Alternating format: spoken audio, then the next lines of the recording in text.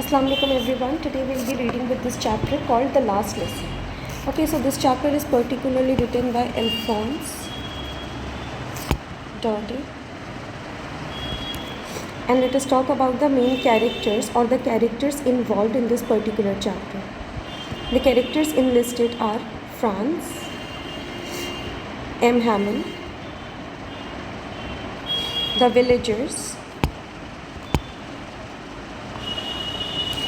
and the soldiers. Okay, so let us first talk about the character description and then we'll move further to the story. Franz, if we talk about, he's a young schoolboy and who is actually the narrator of this particular story. So this story is narrated by Franz. Initially, if we talk about him, he is very careless about his studies and he does not actually appreciate the French language. But in the later story, you will came to know that he realizes the importance of this particular language, French. Okay. Then his teacher, M. Hamel, who's been teaching for 40 years, he seems to be strict. वो ऐसा लगता है कि वो बहुत ज़्यादा strict है, but he is very emotional and he is very kind-hearted also.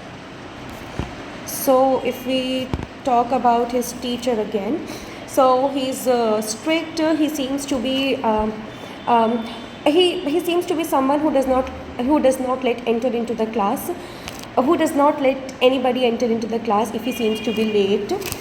But he's been teaching for 40 years and he's deeply emotional about leaving his job. You'll came to know why he was leaving his job, and he was his French teacher.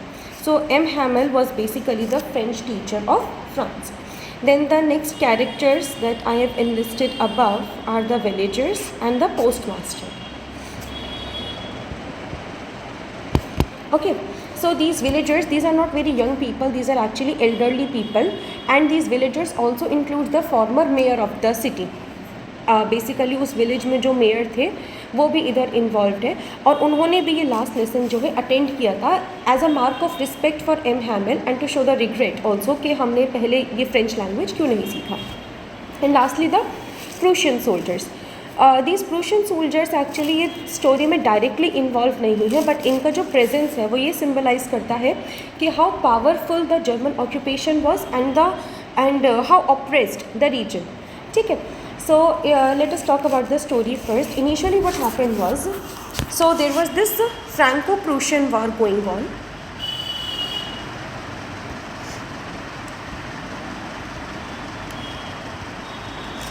In this war, Prussia actually won and it took over 2 cities of France. What were the name of these two cities were Alsace and Lorraine.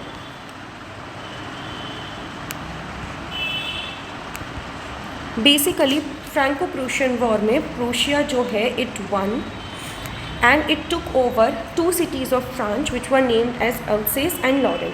ठीक है. अब जब भी आप किसी city को win over करते हो, you took over everything that belongs to the city.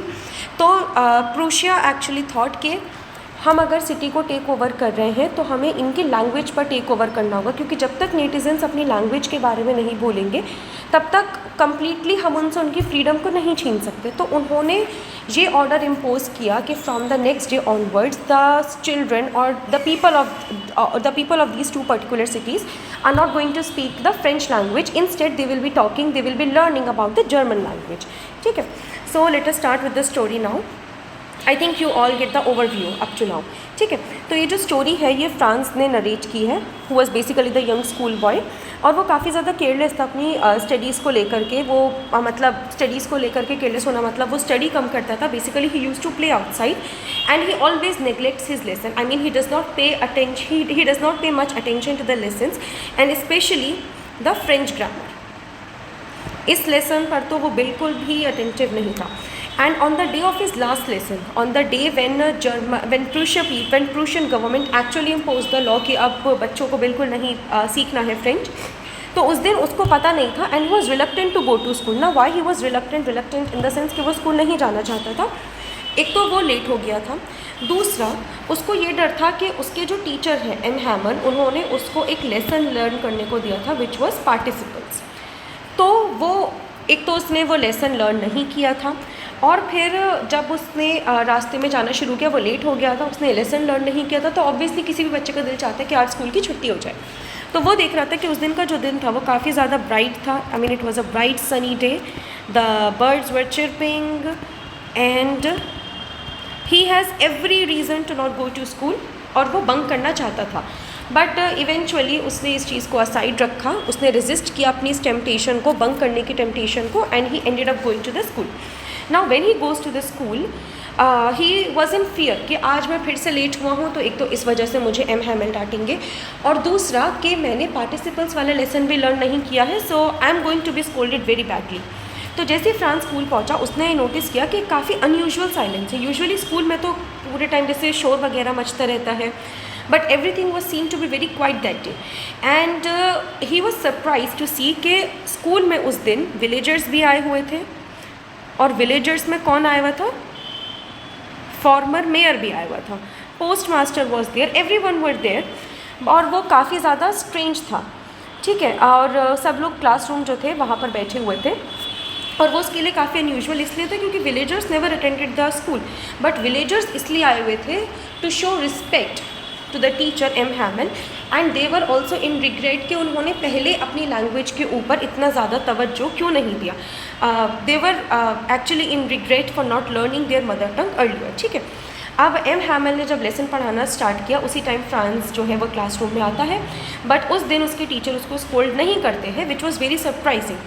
और वो काफ़ी ज़्यादा काम और सैड वॉइस में उससे कहते हैं कि this is the last French lesson because the Prussian authorities have ordered that only German will be taught in these two cities from tomorrow onwards. तो वो एक बहुत सैड रेजिमेंट के साथ ये अनाउंस करते हैं कि आज का जो लेसन है फ्रेंच का, ये हमारा लास्ट लेसन होने वाला है ऑफ दिस पर्टिकुलर लैंग्वेज, क्योंकि आइंदा आने वाले दिन से स्कूल्स में सिर्फ और सिर्फ जर्मन जो है वो सिखाई जाएगी एज अ नेटिव लैंग्वेज। तो इस न्यूज़ ने फ्रांस को काफ़ी ज़्यादा शॉक कर दिया, उसको सडनली रियलाइज़ हुआ, उसको सडनली वैल्यू हुई अपनी लैंग्वेज की और अपनी स्टडीज़ की, but now it is too late, nothing could be done, and he regrets of not learning the French properly. So M Hamel ने उसके बाद एड्रेस किया एक अपनी लैंग्वेज की इम्पॉर्टेंस का। उन्होंने कहा कि जब भी कोई नेशन इंस्लेव्ड होता है, इंस्लेव्ड इन द सेंस जब भी किसी नेशन को बंदी बना लिया जाता है कि उससे उसके सारे राइट्स छीन लिए गए हैं, kind of not a democratic government, तो एज़ लॉन्ग एज जब तक उसके लोग अब उस लैंग्वेज को होल्ड करके रखें, as long as its people hold on to their language, it is like holding the key to their freedom. जब तक लोग वहाँ के लोग उस लैंग्वेज को बोल रहे हैं तब तक उनके पास की है कि at some point of time they will get the freedom, but as soon as the language is taken, eventually the key of freedom is also going to be taken. So his words strike a deep chord with France, making him feel guilty about his past lack of interest in French. तो उसका जो ये ये बातें सुन करके France जो था वो काफ़ी ज़्यादा और सैड हो गया कि यार पहले तो नहीं सीखा मैंने ये सब। और अब हम जो उसके टीचर हैं वो खुद को भी ब्लेम करते हैं, वो कहते हैं कि कभी कभी मेरे से भी गलती हो जाती थी कि अगर स्टूडेंट नहीं आए हैं तो मैं उनको क्लास से बाहर निकाल देता था, इंस्टेड उनको समझाने के क्या बैठ कर पढ़ो, या फिर उनको मैं फ्लावर्स में पानी डालने भेज देता था।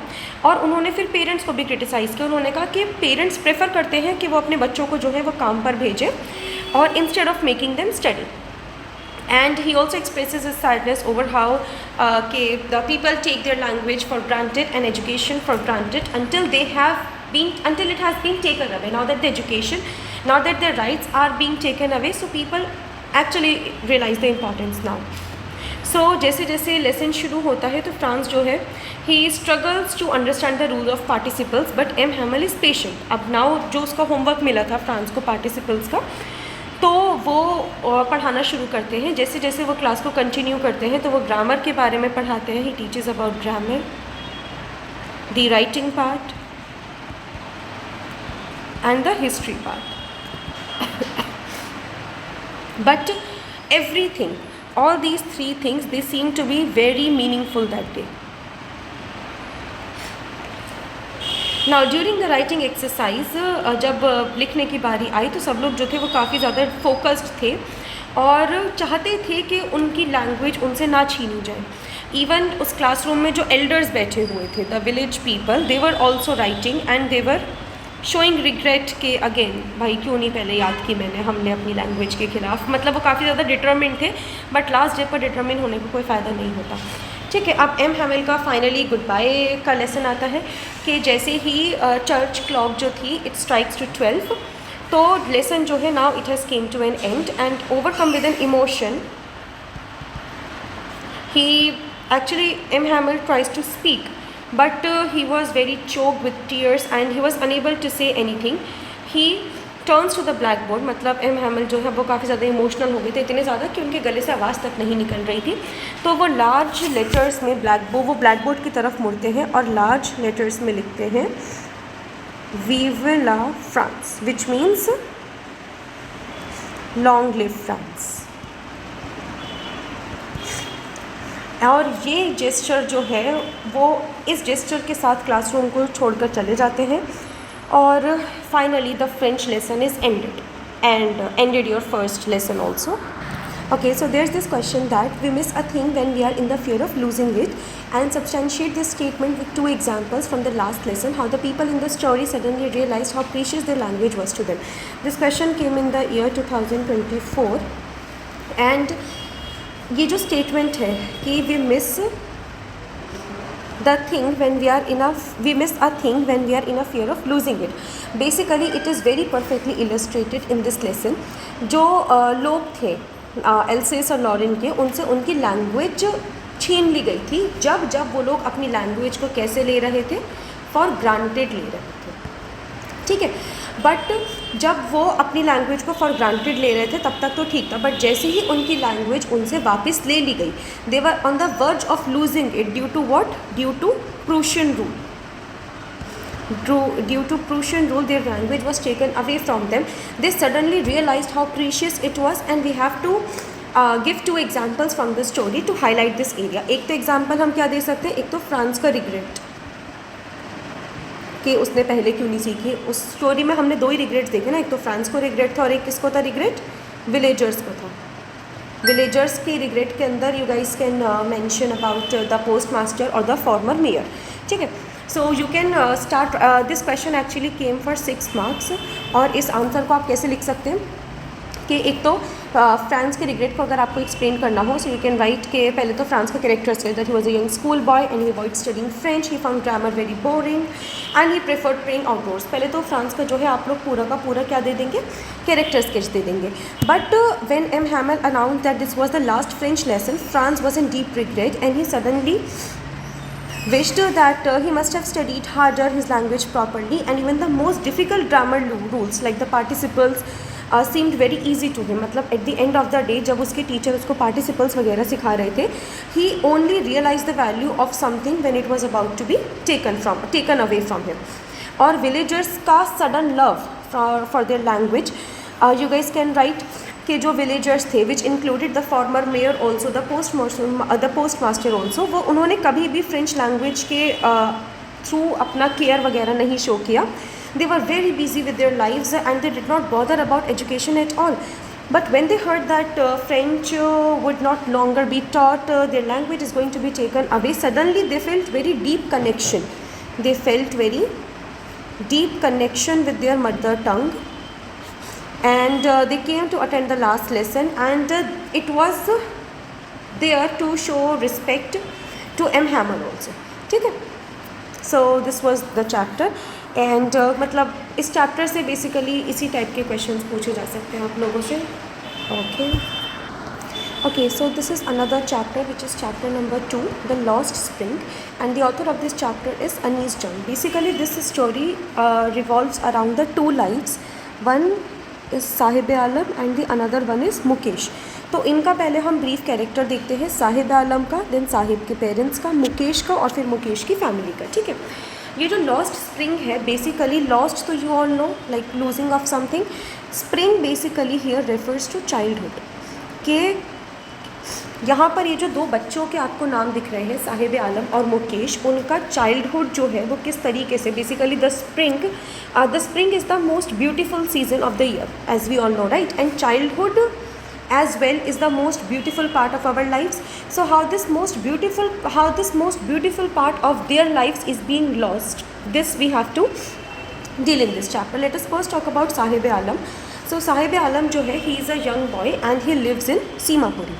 तो साहिब आलम कहाँ रहता है आपका? सीमापुरी में.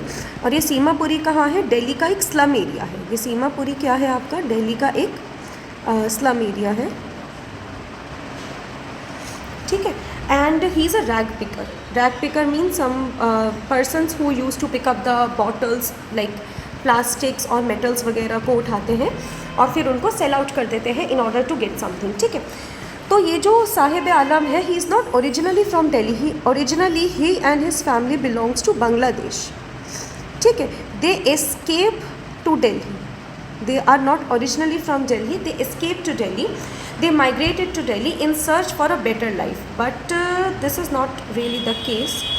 ठीक है. So he had this dream of going to school, but he was trapped in poverty. तो अब हम आगे देखेंगे इसकी स्टोरी में क्या हुआ. Talking about the character sketch of Mukesh, he was a boy from Firozabad. I don't know if you all have heard about it, but Firozabad के बैंगल्स, फिरोज़ाबाद की जो चूड़ियाँ होती हैं, हम साथ में भी एक डायलॉग था, ये शायद नहीं था. फिरोज़ाबाद की जो चूड़ियाँ होती हैं, जो बैंगल्स होते हैं, दे आर वेरी फेमस, ठीक है. Basically Firozabad is the bangle making industry, ठीक है. अब क्या था कि ये जो बंदा था, कौन? मुकेश, ये वहाँ पर काम करता था उस बैंगल मेकिंग इंडस्ट्री में. और ये देखो चलो इसके बारे में हम आगे डिस्कस करते हैं, ठीक है. और जो साहिब के मुकेश की जो फैमिली थी, मुकेश की पूरी फैमिली हिस्ट्री, मतलब उसकी जो पूरी एंसेस्ट्रल लाइनिंग थी, they were all belong to this bangle making industry only, ठीक है. और उन्होंने ये समझ लिया था कि इसके अलावा उनकी कोई लाइफ ही नहीं है, मतलब उनकी generations after generations they have to work in this bangle making factory, ठीक है. तो जो नरेटर है, उन्होंने इन दोनों ही सिचुएशंस को ऑब्ज़र्व किया, क्वेश्चन किया, और फिर बाद में ये जो हार्श रियलिटीज़ है चाइल्ड लेबर की, उसको इन्होंने कंपेयर किया, ठीक है. तो अब हम इस चैप्टर के इंट्रोडक्शन के बारे में देखते हैं. तो जो सेक्शन है, first section basically introduces Sahib Alam, who was a young boy from Seemapuri, and he used to live at the outskirts of here he outskirts of Delhi, and who was a rag picker. He used to live on streets, और वो garbage वगैरह collect करता था in order to find out something valuable like a 10 rupee coin और a 20 rupee coin और something metal और plastic, so that he could sell it out and earn something, ठीक है. तो साहिब का जो बैकग्राउंड था, वो बेसिकली रैग पिकर कहीं नहीं था. साहिब की जो फैमिली थी, वो बांग्लादेश से फ्ली होकर के इंडिया आ गई थी in order to escape the extreme poverty, flood और नेचुरल डिज़ास्टर, इन सबसे भागने के लिए. अब वो सीमापुरी में सेटल हो गए थे. मतलब सीमापुरी में बेसिकली ऐसा था, बहुत सारे रेफ्यूजीज़ बांग्लादेश के सीमापुरी में ही रह रहे थे, but they were living in shanties. They do not have proper facilities like clean water or schools. Even the sanitation was not also very poor. They are living in this झोपड़े वगैरह में वो लोग रह रहे हैं. और सर्वाइव करने के लिए, बेसिकली सर्वाइवल का यहाँ पर जो मतलब है, survival basically the finding food, कि पेट भर जाए इतना खाना आप किस तरीके से कमा पा रहे हो, ठीक है. अब साहिब जो है, he was very innocent and he had dreams also. तो नरेटर जो है अनीस, जब उन्होंने साहिब से पूछा कि तुम स्कूल क्यों नहीं जाते, why don't you go to school, तो इस पर साहिब ने बहुत इनोसेंटली रिप्लाई किया कि एक्चुअली मेरे एरिया में कोई स्कूल नहीं है, but when they build one then he will surely go. I mean he loves to study. But later on उसने ये बात भी एडमिट करी कि इवन अगर स्कूल होता, he wouldn't be able to go because he though his parents could not afford it. तो इस हार्श रियलिटी के बावजूद भी साहिब जो है, ही वॉज इन दिस होप कि उसको थोड़ा सा पैसे वगैरह मिल जाएं गार्बेज में से. और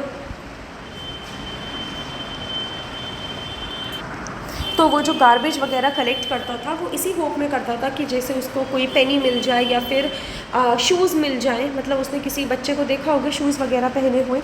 तो साहिब की जो लाइफ की आयरनी थी, वो ये थी कि नरेटर ने पहले तो उस टाइम जब साहिब से मिला, he was working as a rag picker. After some time when narrator met this boy Sahib Alam, he was working at a tea stall. अब जब वो दूसरी टाइम मिला है, अब साहिब आलम किस पर वर्क कर रहा है? टी स्टॉल पर वर्क कर रहा है, जहाँ पर वो क्या कैरी करता है? Heavy metal canisters. he used to carry these heavy metal canisters on his very little shoulders, and he was earning 800 rupees per month, which is nothing. I mean, obviously. ठीक है. और अर्लियर जो था वो rag picker था, but उसकी जब life को अगर हम कंपेयर करें, जब वो रैग पिकर था, he was master of his own. He was not working under some kind. He was master of his own. He was not working under somebody. He was free of his will. He was free to roam. He was free of doing anything. But now he is an employer. He was enslaved now, and he used to work चाहे कुछ भी हो जाए. ठीक है. तो narrator ने कहा कि अब वो खुद का कोई मास्टर नहीं है. He has lost his freedom. Sahib has now lost his freedom. ठीक है. तो ये स्टोरी को अगर मैं कंपेयर करूँ, I have written the 3 themes here. Poverty, जिसमें दोनों बच्चे रह रहे हैं. Loss of childhood and dreams, दोनों का ही गायब है. होप वर्सेस हेल्पलेसनेस, यानी कि एक बच्चा जो है वो, उसके पास फिर भी थोड़ी सी होप है कि वो आगे जा कर के कुछ करेगा. That is Mukesh, which we are going to study, which are just going to read now. दूसरा ये जो बच्चा है हेल्पलेसनेस, वो बच्चा है आपका ये साहिब आलम. हेल्पलेसनेस वाला कौन है तुम्हारा? साहिब आलम. और होप वाला कौन है आपका? मुकेश. तो आप मुकेश की स्टोरी पढ़ते हैं. तो मुकेश की स्टोरी कुछ इस तरीके से है कि जो ये सेकंड पार्ट जो चैप्टर है वो मुकेश पर फोकस करता है. फ़िरोज़ाबाद जो है वो ग्लास मतलब जो कांच की चूड़ियाँ होती हैं उसको बनाने के लिए काफ़ी ज़्यादा फेमस है. और फ़िरोज़ाबाद का हर एक घर, every household is involve in this trade. But ये जो वर्क है बैंगल मेकिंग का, it is extremely hazardous. Why is it extremely hazardous? भाई आपको कांच को डिफरेंट शेप्स में मोल्ड अप करना है, डिफरेंट शेप्स देने हैं. आपको जो है कांच को डिफरेंट शेप्स देने हैं. आप जो है हज़ार्डस इसलिए है कि आप हॉट एंड डार्क फर्नेसेस में काम कर रहे हैं. That too without proper ventilation, मतलब वहाँ एयर का कोई एस्केप नहीं है, ना ही आना ना ही जाना. तो अब ये कैसा है कि उस वजह से क्या होता है, जब आप ग्लास को मोल्ड अप करते हैं तो वो काफ़ी ज़्यादा टाइनी पार्टिकल्स में ब्रेक हो जाता है. उनके पास वेल्डिंग ग्लासेस भी नहीं है, वेल्डिंग ग्लव्स भी नहीं है, तो उनके हाथ तो ख़राब होते ही हैं. साथ ही साथ उन जो ये बैंगल का जो बहुत छोटा पार्टिकल्स होते हैं, they use to enter the eyes of the people, and at a very early age people suffer from blindness. People actually suffer from blindness at a very early age. Apart from blindness, there are respiratory issues also. Why these respiratory issues? कि ये जो smaller particles होते हैं, they used to enter the nasal cavity and then they will directly corrode your lungs. मतलब initially तो नहीं होगा, but with a certain amount of time, अगर कोई बच्चा like at the age of 12 से काम कर रहा है, by the age of 40 उसके lungs properly damage हो जाएंगे, and they don't even have the money to take care of it. ठीक है. तो अब ये जो मुकेश की लाइफ है, it is a cycle of poverty and operation. ये लाइन हम क्यों कह रहे हैं? ये लाइन हम इसलिए कह रहे हैं क्योंकि मुकेश की जो फैमिली है और बाकी हज़ारों लोगों की तरह ये साइकिल में फंस चुकी है. उसके जो ग्रैंडफादर है मुकेश के, ही बिलीव्ड कि ये उनका फेट है, ये उनकी किस्मत है, ये उनका नसीब है कि बैंगल्स बनाए, और वो ये फेट, ये अपना ये बिलीव जो है वो आगे अपनी जनरेशन्स में पास ऑन करे जा रहे हैं. उसके फादर, उन्होंने पूरी ज़िंदगी हार्ड वर्क किया, but at the end they are still poor, they are still burdened with debt, and they are not even able to afford a decent or a proper house. They could not even afford meals. मतलब पूरी ज़िंदगी वो इतना hard work कर रहे हैं, but at the and वो ठीक से खाना भी अफोर्ड नहीं कर पा रहे हैं. जो गवर्नमेंट है, मिडिल मैन है, और जो मनी लेंडर्स हैं, उन्होंने इन लोगों को एक्सप्लॉइट कर रखा है और ये इंश्योर कर रखा है कि भाई तुम तो कभी इस गरीबी से नहीं निकलने वाले हो. But Mukesh was determined. Mukesh was determined. जब उससे उस ऑथर की मुलाकात हुई तो उसने बताया कि मुझे एक मोटर मैकेनिक बनना है. मुकेश को क्या बनना है? मोटर मैकेनिक बनना है. And he wanted to learn how to drive a car. Mukesh actually wanted to learn how to drive a car. और उसकी ये जो डिटर्मिनेशन है वो उसको बाकी लोगों से मुख्तलिफ करती है, और वो अपनी इस जो जनरेशनल साइकिल ऑफ पॉवर्टी है उसको ब्रेक करना चाहता है. But this seems to be a very doubtful, and this seems to be very kind of what do I say, this seems to be very difficult, because इतने oppressive system से निकल कर poverty की line को break करना। But obviously narrator wishes them good luck. तो जो themes हैं वो क्या क्या है, एक तो मैंने आपको बताया पॉवर्टी एंड चाइल्ड लेबर के किस तरह से पॉवर्टी जो है वो बच्चों को इन्फोर्स करती है चाइल्ड लेबर करवाने के लिए at the age where they should be in school. School creates the most beautiful memories. और साहिब और मुकेश दोनों ही इस पॉवर्टी के जो है विक्टिम हैं, just like thousand and lakhs of other children in India. और लॉस्ट चाइल्डहुड, बेसिकली जो चिल्ड्रन है सीमापुरी के जो चिल्ड्रन हैं यहाँ फिरोज़ाबाद के, उन्होंने कभी चाइल्डहुड के जॉय को एक्सपीरियंस ही नहीं किया। दे ड्रीम सब देखते हैं but their dreams remain unfulfilled due to very harsh realities. Exploitation of the poor, जो रैग पिकर्स हैं, इलीगल इमिग्रेंट्स हैं, वो बहुत ही इनह्यूमन कंडीशंस में रहते हैं। Like they don't have proper food, they don't have proper sanitation, they don't have proper clean water to drink. ठीक है, ये जो बैंगल मेकर्स हैं ये मनी लेंडर्स के थ्रू, पॉलिटिशियंस के थ्रू इस पूरी चीज़ में ट्रैप होकर के रह गए हैं और उनको लगता है कि ये जो साइकिल ऑफ पॉवर्टी है यही क्या है, उनका फेट है। Okay,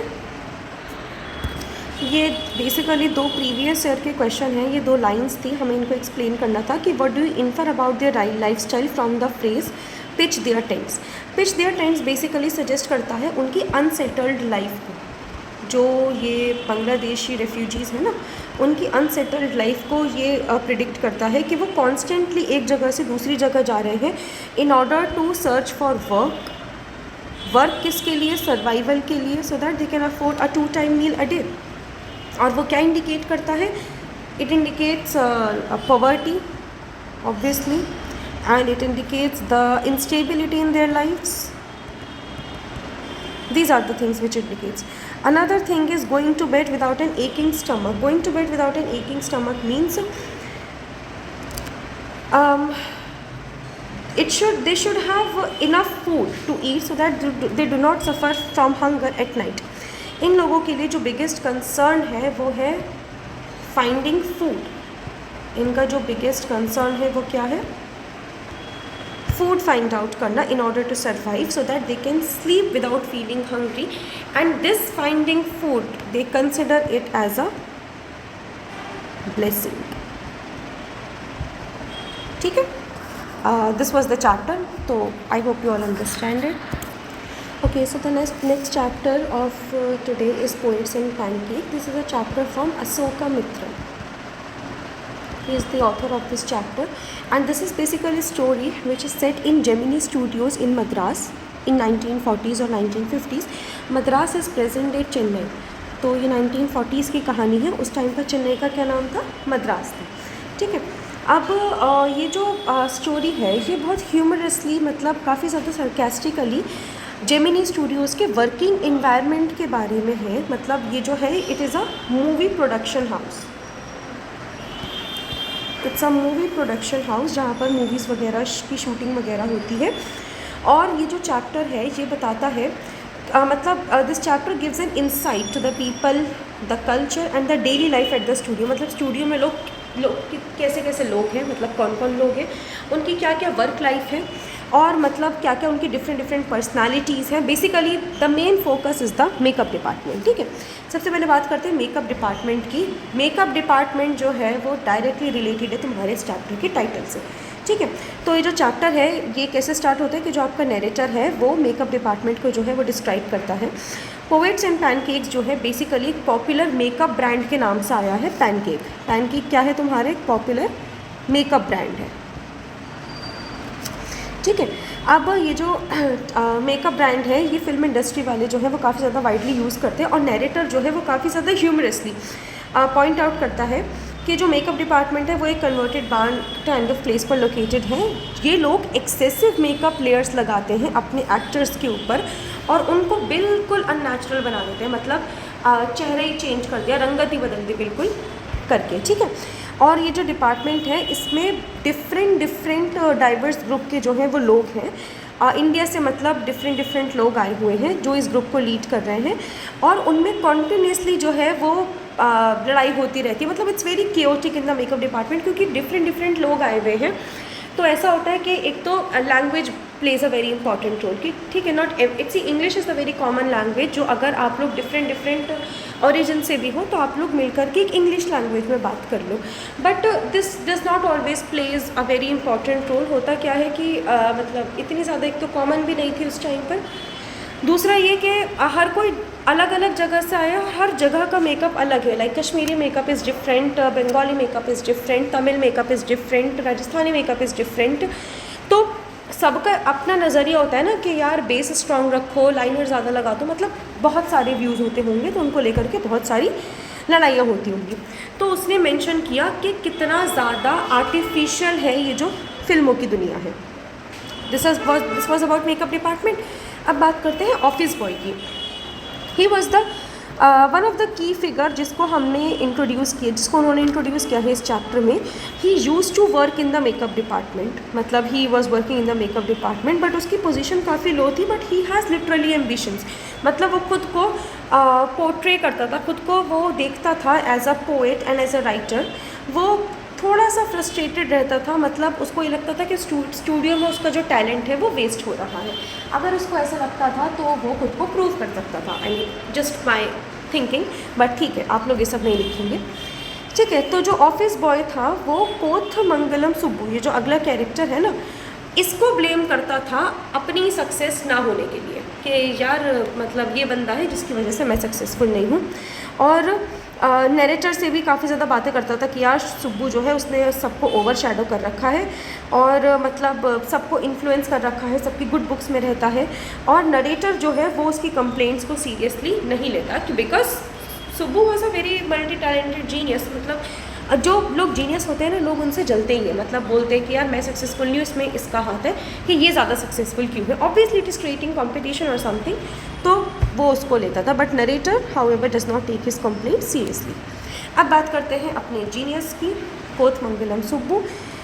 he was kind of one of the very significant figures in the Gemini Studios. वो जो उनका बॉस था ना, जेमिनी स्टूडियोज़ का बॉस था, उसका समझो राइट हैंड था। ये समझ लो जैसे गनी भाई का तल पड़े था, तो ये बॉस का राइट हैंड था, ठीक है। ही was a very resourceful and creative person. और सुब्बू जो है वो बहुत इंस्टेंट सॉल्यूशंस के साथ आता था, मतलब जब भी कोई प्रॉब्लम वगैरह होती थी, he used to came up with very instant solutions. और उनको जो है वो काफ़ी, मतलब उसके जो सॉल्यूशंस होते थे वो काफ़ी ज़्यादा वैल्यूएबल भी होते थे, तो पीपल कंसिडर देम, मतलब उनके पास कोई और ऑप्शन नहीं रहता था। अब हम कोथमंगलम सुब्बू की अगर बात करें ना भाई, तो ये तो बंदा पोएट था, पहली चीज़। दूसरा, ये स्क्रिप्ट राइटर भी था, as I said multi talented.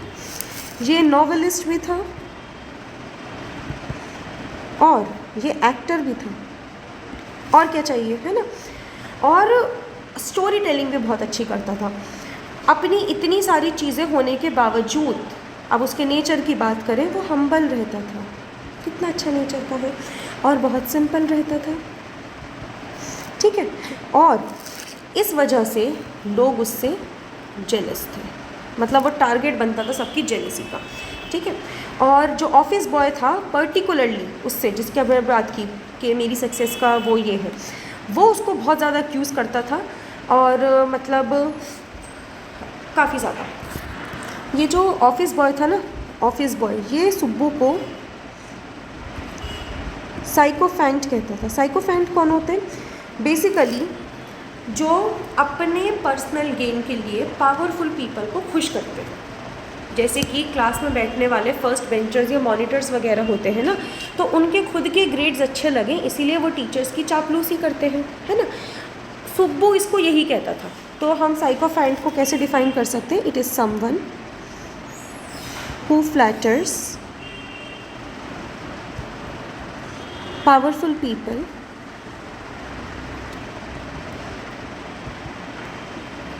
for personal gain। या फिर हम क्या कह सकते हैं? फर्स्ट बेंचर्स टू टीचर्स, ठीक है। बट सुब्बू जो है उस he was later removed from the studio. He did not show any resentment, proving his genuine character। मतलब सुब्बू को जो है बाद में स्टूडियो से निकाल दिया गया था, लेकिन उसने आर्ग्यू नहीं किया, ना ही उसने कोई क्वेश्चन वगैरह किया, जो शो करता है कि उसका नेचर कितना ज़्यादा मतलब उसका कैरेक्टर कितना ज़्यादा जेन्युइन था। ठीक है, तो नैरेटर जो है वो सुब्बू के कॉन्ट्रीब्यूशंस को नोट करता है और बताता है कि जो पूरा स्टूडियो था वो अल्टीमेटली उस पर डिपेंडेंट था। ठीक है, अब बात करते हैं हमारे अगले कैरेक्टर की। ये सुब्बू हो गया ना, अब बात करते हैं लीगल एडवाइज़र की। ठीक है, ये जो लीगल एडवाइज़र है ये जेमिनी स्टूडियोज़ के अनदर काफ़ी पॉपुलर फिगर है और he was the most disliked one. So कौन था ये लीगल एडवाइज़र?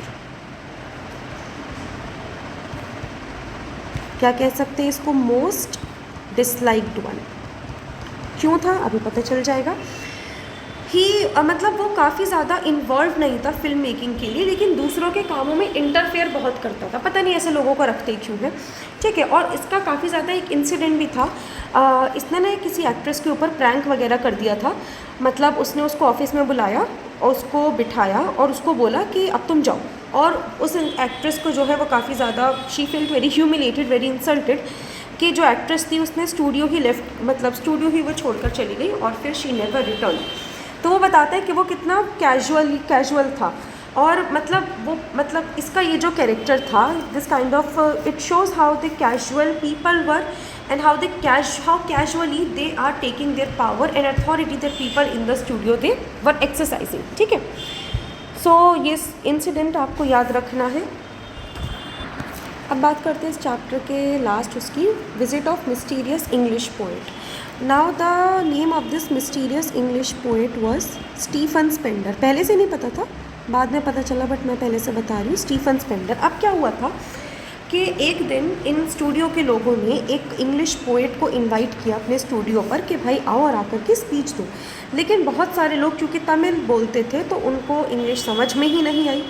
ठीक है, और एक और बात मैं बताती हूँ अभी कि ये जो बंदा था, मतलब ये जो स्टूडियो के लोग थे, स्टूडियो के लोग जो थे, studio people, they do not like the idea of communism. Studio के लोगों को कम्युनिज्म का आइडिया बिल्कुल नहीं पसंद था, लेकिन वहाँ के लोगों को पता ही नहीं था व्हाट कम्युनिज्म वाज। अब ये कम्युनिज्म होता क्या है? कम्युनिज्म बेसिकली एक kind of eco political system है, जिसमें क्या होता है, आपके जो लैंड होता है, ज़मीनें हो गई, फैक्ट्रीज़ हो गई, बिजनेस हो गई, वो कम्युनिटी ओन करेगी, बेसिकली गवर्नमेंट ओन करेगी रादर देन इंडिविजुअल्स। मतलब कोई प्राइवेट वगैरह चीज़ें लोग ओन नहीं करेंगे, गवर्नमेंट चीज़ें ओन करेगी। आइडिया ये है कम्युनिज्म का कि जो वेल्थ है, जो पैसा है और जो रिसोर्सेज है वो सारे लोगों में इक्वली शेयर हो, ताकि कोई भी रिच ना हो और कोई भी पुअर ना हो। तो स्टूडियो के पीपल जो थे, दे do not like this idea of communism. ठीक है, और ठीक है, इतना आपको समझ आया? तो ये हमें पता चल गया कि स्टूडियो के लोगों को कम्युनिज्म का आइडिया नहीं पता था। उन्होंने एक बंदे को बुलाया, स्टीफन स्पेंडर को। ठीक है, और ये जो स्टीफन स्पेंडर था उसने आकर के स्पीच वगैरह दी। ऑब्वियसली नाम से पता चल रहा है स्पीच भी किस में दी उसने, इंग्लिश में, बट तमिल लोगों को इंग्लिश समझ में नहीं आई। तो लोग क्या होने लगे, लोग बोर होने लगे, कंफ्यूज होने लगे, और उनको पता ही नहीं था why the poet had even been invited. लेकिन जो अपनी स्टोरी का जो नैरेटर है उसको बाद में पता चला कि पोएट का नाम है Stephen Spender, and he was a very famous writer who actually supported communism. ये जो स्टीफन स्पेंडर था ये कम्युनिज्म को सपोर्ट करता था। ठीक है, and this is the irony. अब ये जो दो इंसिडेंट्स हैं ये काफ़ी ज़्यादा आयरनिकल है कि भाई जेमिनी स्टूडियोज़ के लोग हैं एंटी कम्युनिस्ट हैं, और उनको पता ही नहीं है but actually this communism thing is. ये जो स्टीफन स्पेंडर है he believes in this communism thing. ठीक है, और येट उन्होंने जेमिनी स्टूडियोज़ के लोगों ने इस बंदे को इनवाइट किया, मतलब उनको पता ही नहीं था। उन्होंने ऐसे बंदे को इनवाइट किया जो उसमें बिलीव करता था। तो इससे ये पता चलता है कि जेमिनी स्टूडियोज़ के डिसीजन कितने ज़्यादा रैंडम थे, मतलब वो सेंस ही नहीं बनाते थे। पीपल फॉलोड रूल्स, वहाँ के जो लोग थे वो रूल्स फॉलो करते थे without really understanding it. I have written the key points of this chapter. The first point is the film industry was full of chaos. कि एक तो मेकअप डिपार्टमेंट का मैंने आपको बताया कि मेकअप डिपार्टमेंट में डाइवर्स रीजन से, इंडिया के डाइवर्स रीजन से लोग आए हुए थे, तो उन लोगों में मतलब हर टाइम कॉन्फ्लिक्ट्स वगैरह चलते रहते थे, पहली चीज़। दूसरा चीज़ क्या था, जेलेसी था। मतलब जो मैंने आपको बताया कि ऑफिस बॉय को किसके ऊपर किससे जेलस था, वो सुब्बू से जेलस था। फनी सिचुएशन, दी आयरनिकल सिचुएशन वन। दूसरी चीज़ क्या आती है, पावरफुल पीपल कंट्रोल्ड एवरीथिंग। हमने ये इसकी एक्सेप्शन कौन है, सुब्बू, कि सुब्बू जो था वो इंपॉर्टेंट डिसीजन लेता था, बट सुब्बू जो था वो जेन्युइन बंदा था, मतलब वो इंपॉर्टेंट डिसीजन ले रहा है तो ठीक है, क्योंकि यार वो तो अच्छा था ना, मतलब वो तो मल्टी टैलेंटेड था। But powerful people controlled everything से हम क्या पता लगा सकते हैं कि जो इतना अच्छा बंदा था सुब्बू, एट द एंड हमने देखा उसी को निकाल दिया गया, ठीक है। और क्या था कि politics and reality were disconnected, क्योंकि वही कि उन्होंने खुद, वो लोग एंटी कम्युनिस्ट थे और बुलाया किसी ऐसे बंदे को जो कम्युनिज्म में बिलीव करता था। Last is film world was artificial, they used pancake type, मतलब पैनकेक होता है ना, बिल्कुल पॉलिश कर दो सरफेस को, तो फिल्म वर्ल्ड जो था वो काफ़ी ज़्यादा क्या था, आर्टिफिशियल था। It was all about the outer beauty not the inner one, मतलब कि everything was about appearance like the use of heavy makeup. So this was the story. Okay, so the another chapter is going places. ठीक है, this chapter was written by A.R. Barton और इसके ये हमारे characters हैं। एक है Sophie, Jansie, Jeff who was Sophie's brother, Sophie's father and Danny Casey. सबसे पहले बात करते हैं सोफ़ी के बारे में। Sophie basically she is a, Sophie के बारे में हम बात कर रहे हैं यहाँ पर, she is a young girl from a lower middle class family.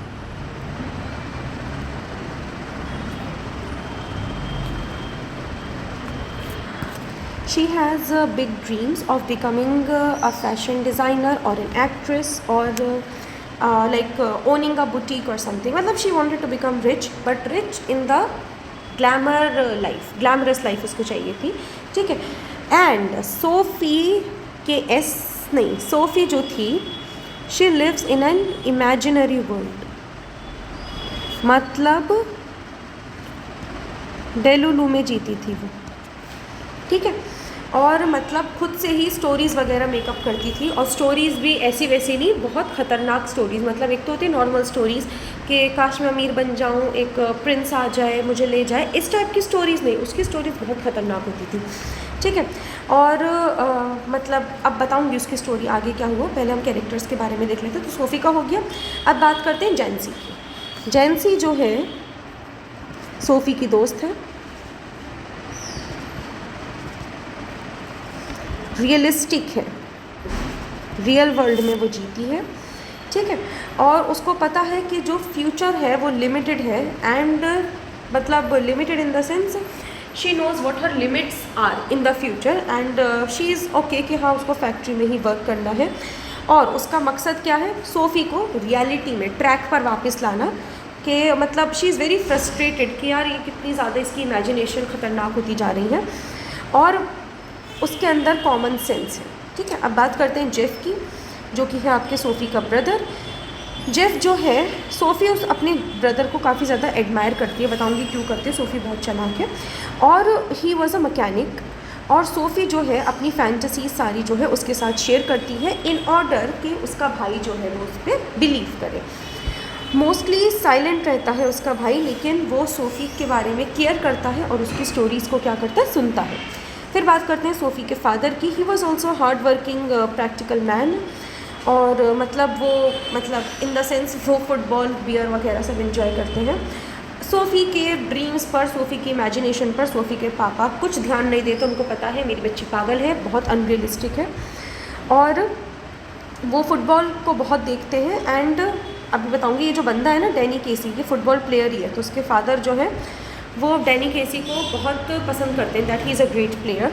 और मतलब उसके पापा रिप्रेजेंट करते हैं मिडिल क्लास वर्किंग लाइफ को प्रैक्टिकली, मतलब काफ़ी ज़्यादा कितने प्रैक्टिकल है उसके फादर। चलो अब बात करते हैं इस स्टोरी की समरी की। तो basically it is a very short story जो एक्सप्लोर करती है बेसिकली अडोलेसेंस पीरियड को, द टीनेज पीरियड, उस टाइम पर जो ड्रीम्स होते हैं, इमेजिनेशन होती है, और जो गैप है between the reality and the fantasy, between the real world and the imaginary world, मतलब it follows the story of a young girl who was named Sophie. वो अपने ड्रीमी वर्ल्ड में रहती है और अपनी ऑर्डिनरी वर्किंग क्लास लाइफ को escape करना चाहती है। मतलब ये स्टोरी बेसिकली हाईलाइट करती है कि किस तरीके से जो हमारी फैंटेसीज़ होती है, यूथफुल फैंटेसीज़ जिनको हम कह सकते हैं, youthful fantasies in the sense जो हम अपने यंग पीरियड, अडल्ट कह रही हूँ, एडोलेसेंट पीरियड, टीनेज पीरियड में देख रहे हैं, वो किस तरीके से these can lead to the disappointment of various things when they clash with the reality. मतलब हम सोचते कुछ और है बट हमें मिलता कुछ और है। बेसिकली जब हम बहुत अच्छा कुछ इमेजिन करें बट एट द एंड हमें क्या मिले, हमारे मुंह पर फेंका हुआ एक रियलिटी चेक।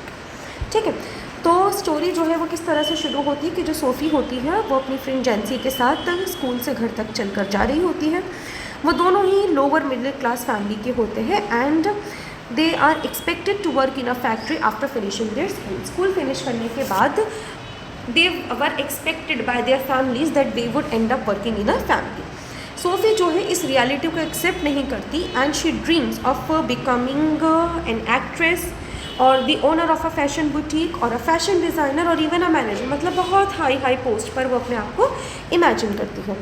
जैंसी जो है उसके बिल्कुल कॉन्ट्रास्टिंग है, मतलब बिल्कुल उसके कॉन्ट्रडिक्टरी उसका कैरेक्टर है। She was realistic, she was practical और उसको पता है कि ऐसे ड्रीम्स लड़कियों के लिए बिल्कुल भी इम्पॉसिबल है। लड़कियों के लिए इम्पॉसिबल इन द सेंस कि उस टाइम पे मतलब lower middle class, although impossible कुछ भी नहीं होता बट समटाइम्स द सिचुएशंस जो होती हैं वो उनसे पता चलता है कि चीज़ें कितनी ज़्यादा पॉसिबल है, कितनी ज़्यादा पॉसिबल नहीं है। But a person should not and up doing the hard work. अगर पता भी है कि मतलब कि यार चीज़ें ठीक नहीं हो सकती या फिर कुछ नहीं हो सकता, a person should not particularly believe it. हमें उस चीज़ पर बिलीव नहीं करना, हमें अपना हार्ड वर्क, स्मार्ट वर्क दोनों ही चीज़ें कंटिन्यू रखनी है इन होप कि आगे जाकर अच्छा होगा ही होगा। Because Lord will never disappoint us. But imaginary world में भी नहीं रहना कि यार हार्ड वर्क भी मत करो और स्मार्ट वर्क भी मत करो, बस सोचते रहो कि एक दिन एक अच्छा सा प्रिंस आएगा और वो हमें ले जाएगा। No, this is not going to happen. ठीक है, हो भी सकता है, I mean this is what. अब बात करते हैं सोफ़ी के ब्रदर जेफ की। ठीक है, सोफ़ी जो है वो अपने एल्डर ब्रदर है उसके जेफ, वो एक मैकेनिक है और वो सोफ़ी जो है वो उसको ऐसे देखती है कि उसको आउटसाइड दुनिया के बारे में बहुत कुछ पता है। जेफ जो है वो काफ़ी ज़्यादा क्वाइट है।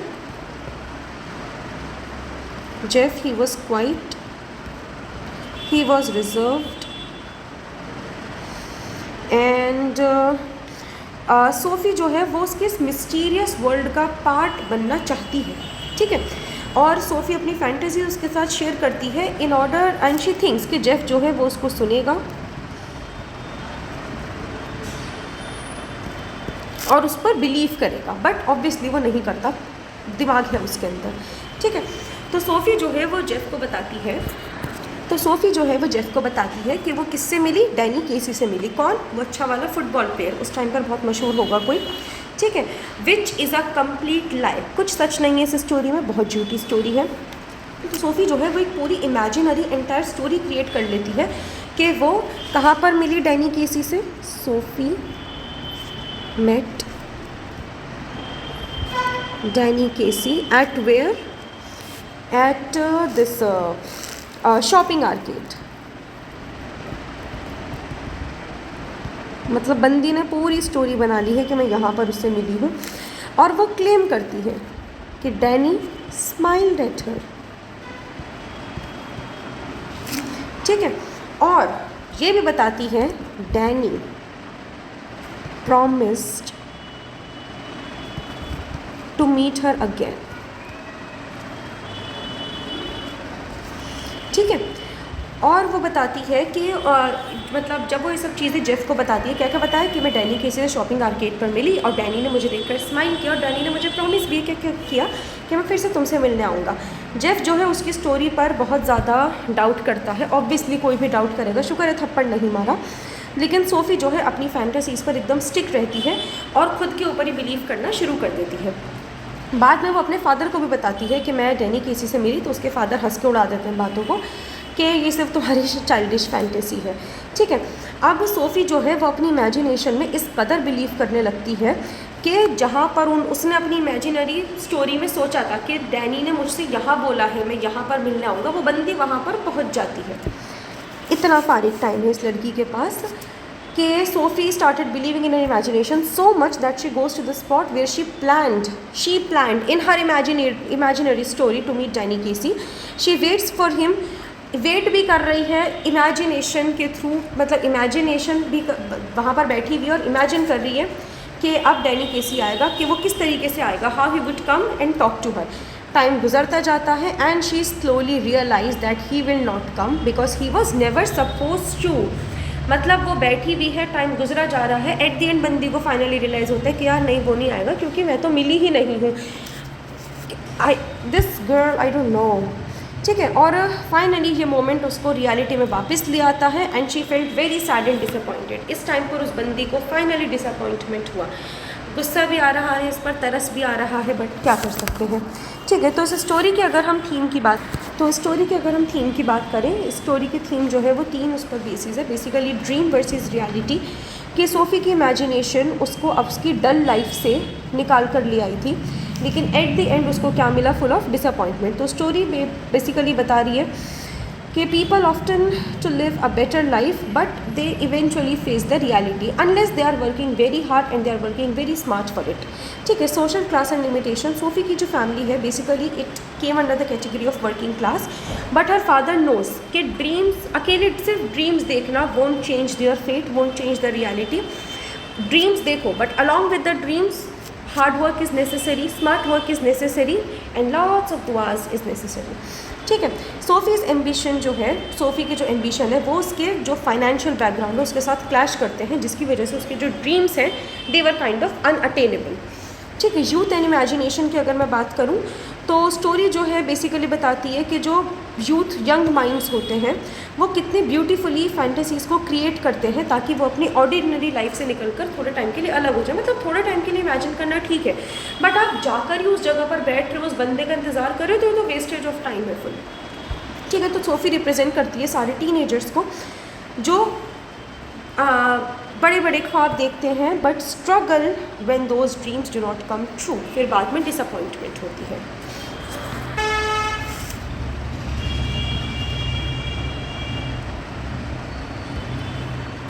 तो ये आपका प्रीवियस ईयर का क्वेश्चन है, आई थिंक 2024 का. Why did Sophie wish to delve more deeply in her brother's affection. तो Sophie she wish to delve more deeply in her brother's affection because क्योंकि वो उसको एडमायर करती है and she was longing to be a part of the mysterious world of his brother. Jeff was quiet and very reserved, unlike Sophie who was full of imaginations. ठीक है, तो reasons क्या क्या हो सकते हैं कि he seems to know very much about the outside world. Jeff को बहुत ज़्यादा पता था बाहर की दुनिया के बारे में, क्यों, क्योंकि वो मैकेनिक था.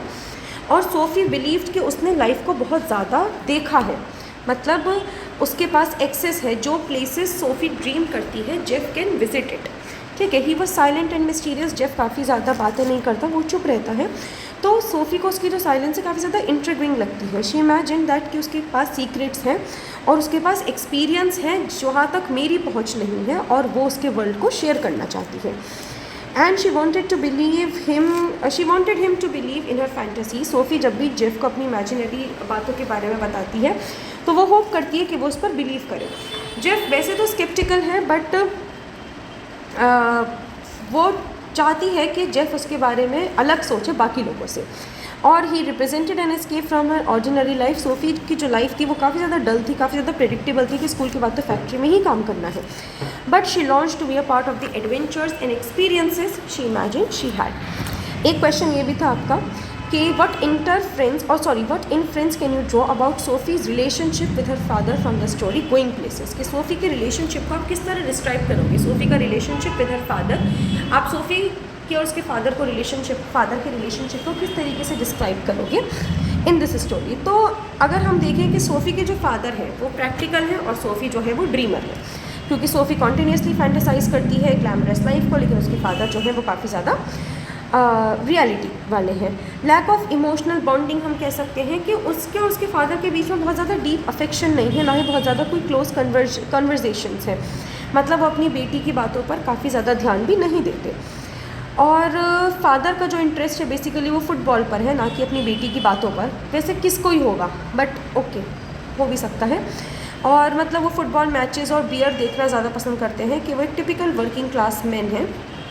सोफ़ी जब अपनी डैनी केसी के साथ मीटिंग वाली बात बताते तो उसके फादर उसको लाफ ऑफ कर देते हैं। और ही रिप्रेजेंट्स हार्श रियलिटी के सोफ़ी बेसिक पर ये भी गलत है कि उसके फादर जो हैं वो डिसाइड कर चुके हैं कि भाई मेरी बच्ची तो फैक्ट्री में ही काम करेगी, unlike most of the girls from their background. But जो उसका ब्रदर है जेफ, वो अपने फादर की तरह नहीं है, वो सोफ़ी की बातों को सुनता है and even entertain her fantasies कि यार अगर कोई सुनने वाला मिल जाए बातों को तो it seems to be good. Okay, अब बात करते हैं इस चैप्टर की, the interview which is written by Christopher Sylvester.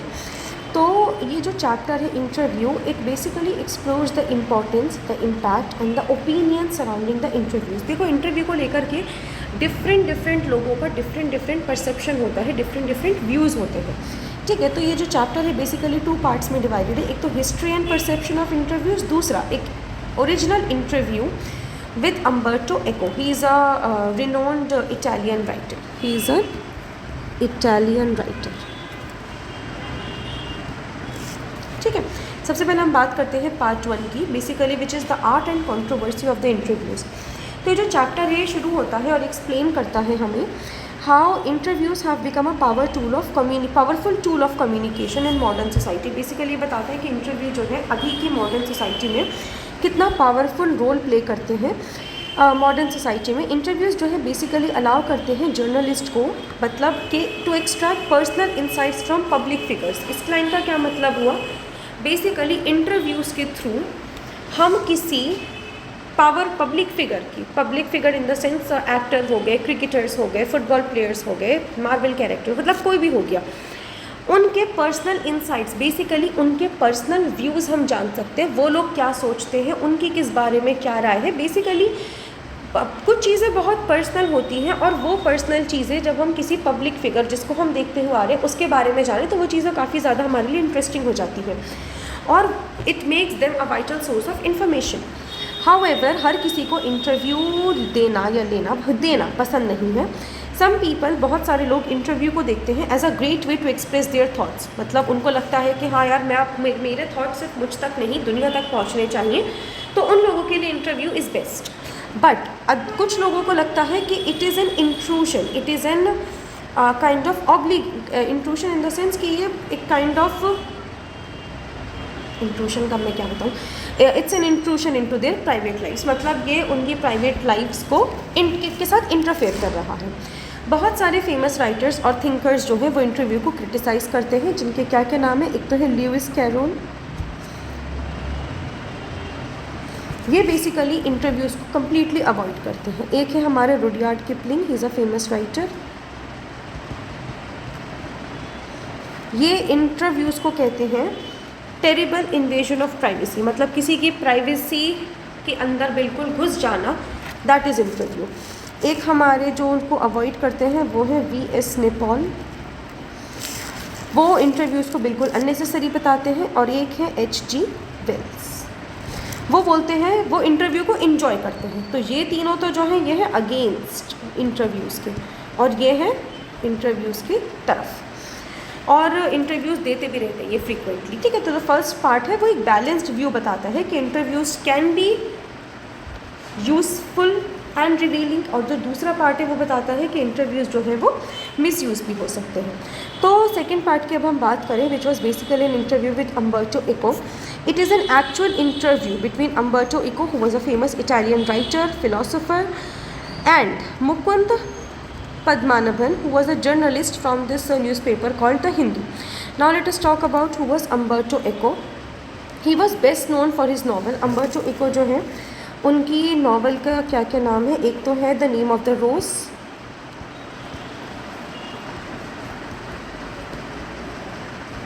दूसरा क्या है आपका, and it was a mystery novel with philosophical themes, ठीक है। तो उन्होंने बहुत सारे सब्जेक्ट्स पर नावल्स जो हैं वो लिखी हैं, जिसमें से आपका सिमियोटिक्स भी आता है, basically which is a study of science and symbols, और लिटरेरी क्रिटिसिज्म्स के ऊपर भी उन्होंने काफ़ी बातें लिखी हैं। Now, despite being a novelist, he identifies himself as a university professor also, who happens to write in his spare time. I mean, he was a lecturer, he was a professor at a certain university, and whenever he got the free time, he used to write. ठीक है, अब हम अगर इनका जो interview हुआ था, किस किस के बीच में इंटरव्यू हुआ था? इंटरव्यू हुआ था आपके Umberto Eco and Mukund Padmanabhan के बीच। He was an Italian writer और ही इज़ इंडियन। ठीक है, अब बात करते हैं उनकी इंटरव्यू के क्या क्या की हाइलाइट्स थे। तो ये जो उनका इंटरव्यू था, उनके इंटरव्यू की हाइलाइट्स क्या थी? ये जो राइटर थे अम्बर्टो इको, उनका यूनिक राइटिंग स्टाइल, वो बेसिकली एक्सप्लेन करते थे कि वो सीरियस टॉपिक्स के बारे में तो लिखते थे, he presents them in a way that engages the readers, मतलब वो अपने काम को इस तरीके से प्रेजेंट करते थे कि जो रीडर को इंगेज रखे उनकी राइटिंग में। फिलोसॉफिकली वो लिखते थे और वो बिलीव रखते थे कि जितनी भी चीज़ें हैं लाइफ में उनका एक सर्टेन मीनिंग है, और उनका जो ये बिलीफ है वो उनकी राइटिंग से रिफ्लेक्ट होता था।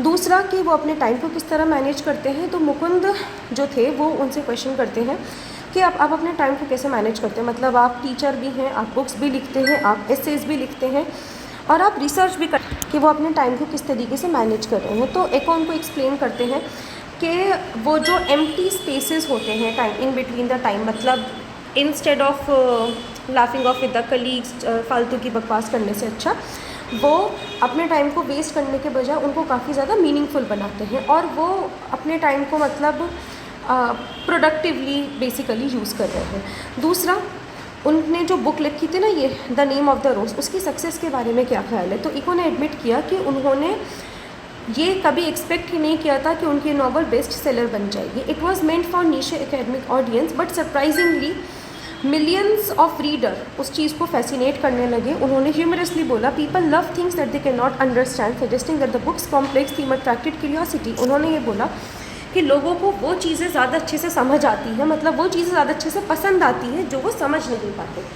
ठीक है, और मतलब बुक की यही उनकी जो क्यूरियोसिटी थी उस चीज़ ने उनको एक्सप्लेन किया। तो अगर हम इस चैप्टर की बेसिक हाइलाइट्स के बारे में बात करें कि इंटरव्यू जो है वो पावरफुल है बट ये कंट्रोवर्शियल फॉर्म ऑफ कम्युनिकेशन है आपकी, और किस तरीके से अम्बर्टो इको का यूनिक माइंडसेट और जो उनका टाइम मैनेजमेंट है वो उनको एक एक्स्ट्रा ऑर्डिनरी राइटर के फॉर्म में प्रेजेंट कर रहा है। ओके।